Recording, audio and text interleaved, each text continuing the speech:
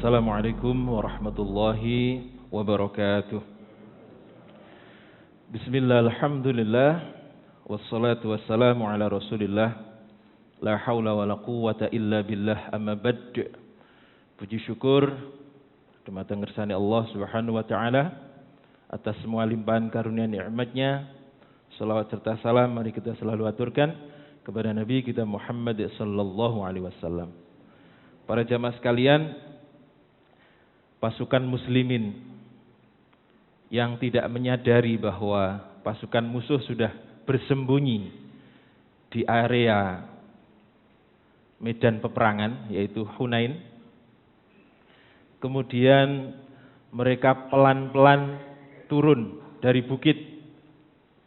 Pelan-pelan, ya, sebab memang mereka tidak sadar bahwa di situ sudah ada banyak pasukan. Pelan-pelan masih santai.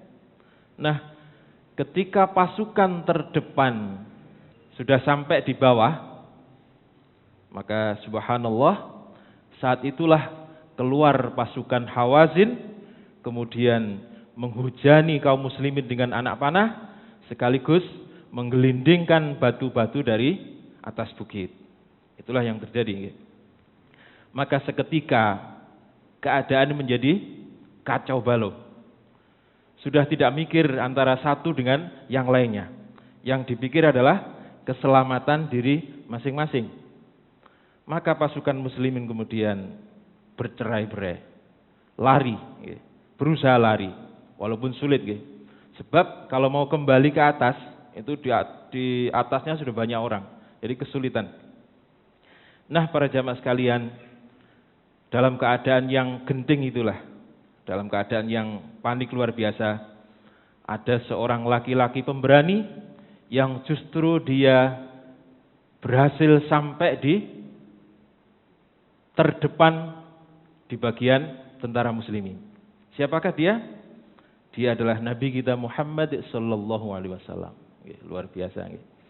Jadi di saat orang panik, itu Nabi justru berhasil sampai ke depan atau turun sampai ke bawah.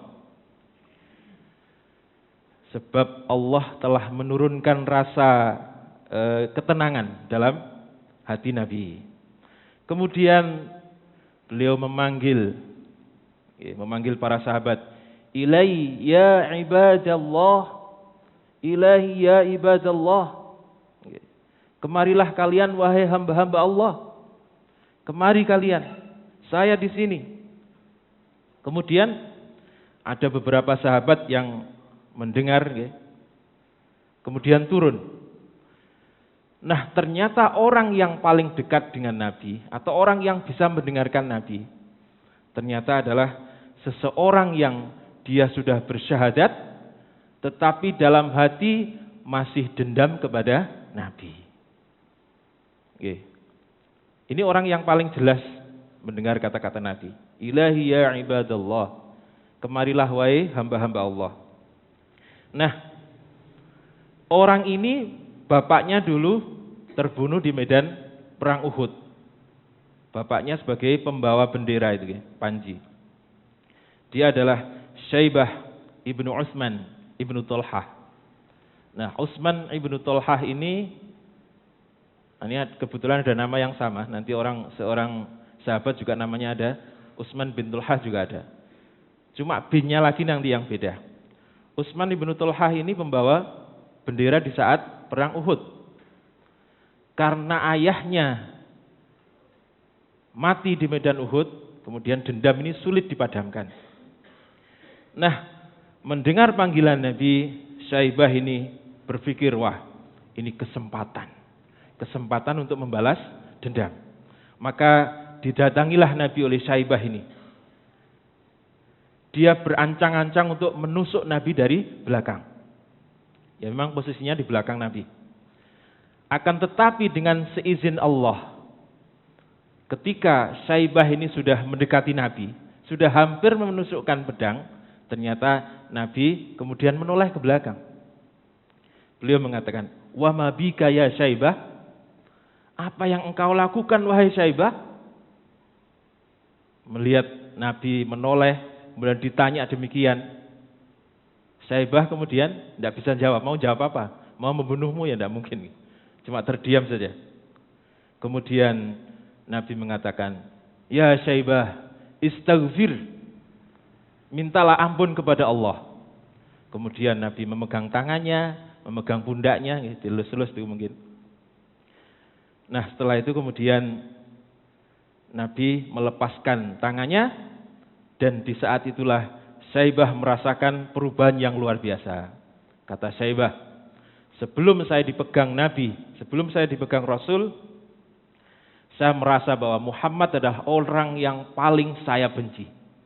Tetapi begitu saya dipegang Rasul, maka saya rasakan Muhammad adalah orang yang paling aku cintai. Maka orang yang pertama yang berada di sisi Nabi, yaitu Syaibah ini. Inilah disebut dengan mu'alaf yang begini. Jadi masuk Islam, tapi dalam hatinya masih pikir-pikir, temenan apa enggak, temenan apa enggak. Kira-kira begitu. Itu yang disebut dengan mu'alaf. Jadi orang yang masuk Islam kemudian yakin 100%, sudah tidak mencari-cari lagi, ini tidak disebut mu'alaf. Jadi wal mu'allafati qulubuhum itu orang yang perlu dilembutkan hatinya. Dia sudah berislam tapi masih ragu-ragu atau pengetahuannya masih sedikit. Maka Sayyidina Umar itu ketika masuk Islam sudah tidak disebut mu'alaf. Sebab yakin 100%. Orang inilah yang perlu mendapatkan jatah daripada apa Pak? Zakat, ya. Nah, itulah orang mu'alaf. Nah, para jamaah sekalian, setelah Syaibah ini turun, kemudian disusul lagi orang yang bisa mendengarkan suara Nabi. Ternyata dua orangnya adalah wanita. Dia adalah Nusaibah binti Ka'ab, yang sering disebut dengan Ummu Imarah. Yang kedua, seorang wanita yang luar biasa juga, yaitu Ummu Hakim. Masih ingat Pak, Ummu Hakim ini sinten? Istri daripada Ikrimah bin Abi Jahal. Istrinya Ikrimah bin Abi Jahal. Menantu daripada Abu Jahal. Nah, ini Ummu Hakim. Lalu siapa Nusaibah binti Ka'ab ini atau Ummu Imarah ini? Beliau adalah seorang wanita tangguh yang dulu pernah membela Nabi atau melindungi Nabi dari serangan orang-orang Quraisy ketika di perang Uhud. Badannya sampai penuh luka. Gitu. Sebab memang di perang Uhud itu sahabat-sahabat Nabi menjadi tameng hidup. Gitu. Pokoknya hantaman anak panah, tombak itu jangan sampai kena Nabi. Sehingga beberapa sahabat terluka parah. Ada Thalhah bin Ubaidillah, Nusaibah binti Ka'ab ini. Gitu. Sebenarnya bagian dia bukan perang, Pak. Gitu. Tapi kalau dalam istilah sekarang mungkin tim medis. Jadi kalau ada yang luka diobati. Di perang Hunain ini juga demikian.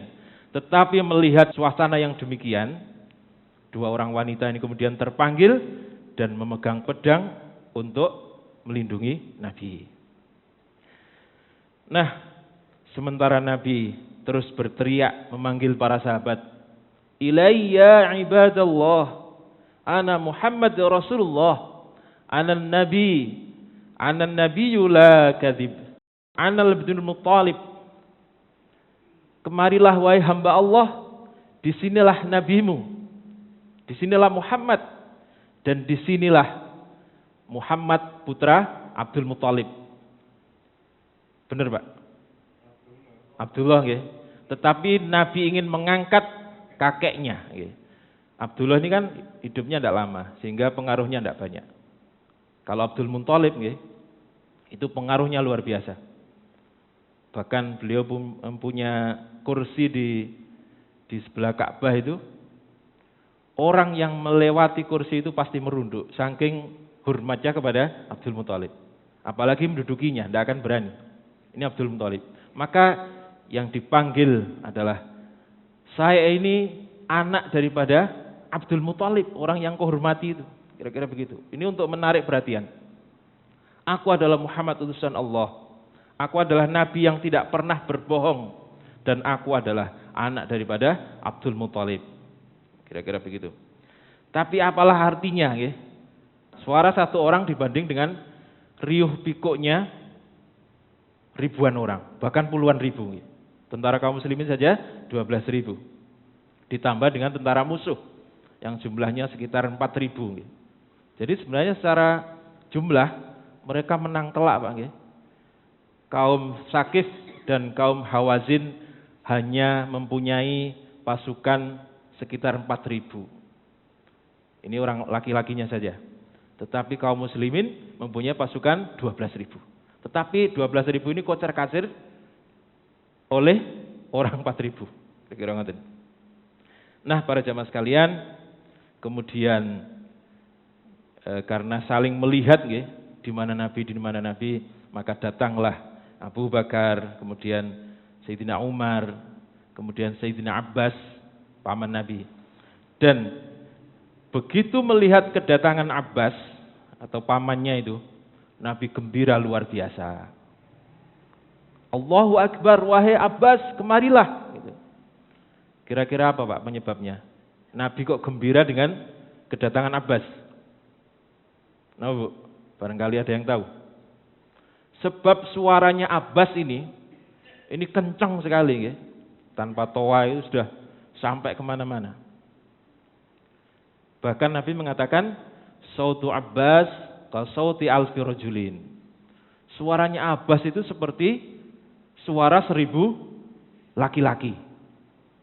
Jadi orang Arab dulu kalau mau menyuruh pulang pembantunya yang lagi mengembala kambing, itu minta tolong orang, kemudian naik kuda didatangi. Sampean kon mulai Mas, baru pulang. Tetapi Abbas beda. Kalau memanggil pengembala itu, dia naik ke atas bukit kemudian teriak-teriak, wahai orang yang namanya ini, kalian disuruh pulang. Nah, sudah sampai itu. Jadi tanpa toa, nggak perlu toa. Sebab dulu juga tidak seperti sekarang. Dulu itu ada orang, ini katanya, saya belum ke sini. Ada orang membunyikan mercon di ampel, di sini dengar. Kalau sekarang enggak, karena terhalang oleh gedung dan terhalang oleh suara-suara yang lain. Nah, para jamaah sekalian, kemudian Nabi mengatakan kepada Abbas, Abbas, nadiyan nas, wahai pamanku Abbas, panggillah semua manusia. Kemudian Abbas berteriak, ayuhan nas, huna Muhammadur Rasulullah, wahai sekalian manusia, disinilah Muhammad Rasulullah. Kata Nabi, bukan begitu Abbas. Katakan, ya ahlal badr. Ya ahlal badr. Ini lebih merasuk dalam hati. Ya ahlal badr, kata Nabi. Kemudian Abbas mengatakan, ya ahlal badr, huna Muhammadur Rasulullah. Wahai kalian orang yang pernah ikut di medan perang Badar, disinilah Muhammad Rasulullah, kemarilah kalian. Maka karena suaranya Abbas ini keras, bisa didengar sampai jarak sekian gitu ya. Orang-orang yang merasa dulu pernah ikut perang Badar langsung terpanggil dek gitu, langsung mendatangi suara Abbas. Dan Abbas berada di posisi sebelahnya Nabi. Berapa kira-kira jumlahnya yang datang pada waktu itu? Yang terdengar sekitar 40 orang saja datang kepada Nabi. Yang lainnya belum terdengar. Sebab suara kuda, suara anak panah, itu ribuan orang, Bang. Bayangkan kalau jenengan di Gor Putih, Surabaya Putih, Tambak Sari, terus jenengan ngomong gitu, sementara boneknya lagi semangat-semangatnya, susah dengarnya. Tapi suara Abbas beda. 40 orang. Kemudian kata Nabi lagi mengatakan, panggil ya ahlal baitur ridwan. Wahai Abbas, panggil lagi orang-orang yang pernah ikut di dalam bayatur ridwan. Masih ingat Pak, apa bayatur ridwan? Ibu-ibu masih ingat? Bayatur ridwan itu adalah ketika, sudah pernah disampaikan dulu, Nabi mau umroh tapi ditahan, kemudian Sayyidina Utsman diutus untuk melobi, kemudian ada kabar bahwa Sayyidina Utsman dibunuh. Kemudian disitulah terjadi pembaiatan di bawah pohon, bahwa isinya adalah kami tidak akan mundur sampai titik darah penghabisan. Yang di situ jumlahnya sekitar 1.400 orang. Tetapi lagi-lagi yang terdengar hanya beberapa. Yang terdengar hanya sekitar 100-an orang. Nah, ini baru kumpul pada Nabi. Ya ahla baitur ridwan, huna Muhammadur Rasulullah. Wahai kalian orang-orang yang pernah ikut di Baiatur Ridwan, di sini Muhammad Rasulullah, kata Abbas. Kemudian kumpullah sekitar 100 orang. Nah, para jamaah sekalian, di antara orang-orang yang ikut Baiatur Ridwan ini, kudanya sudah dipacu, sudah lari kencang keluar dari medan perang.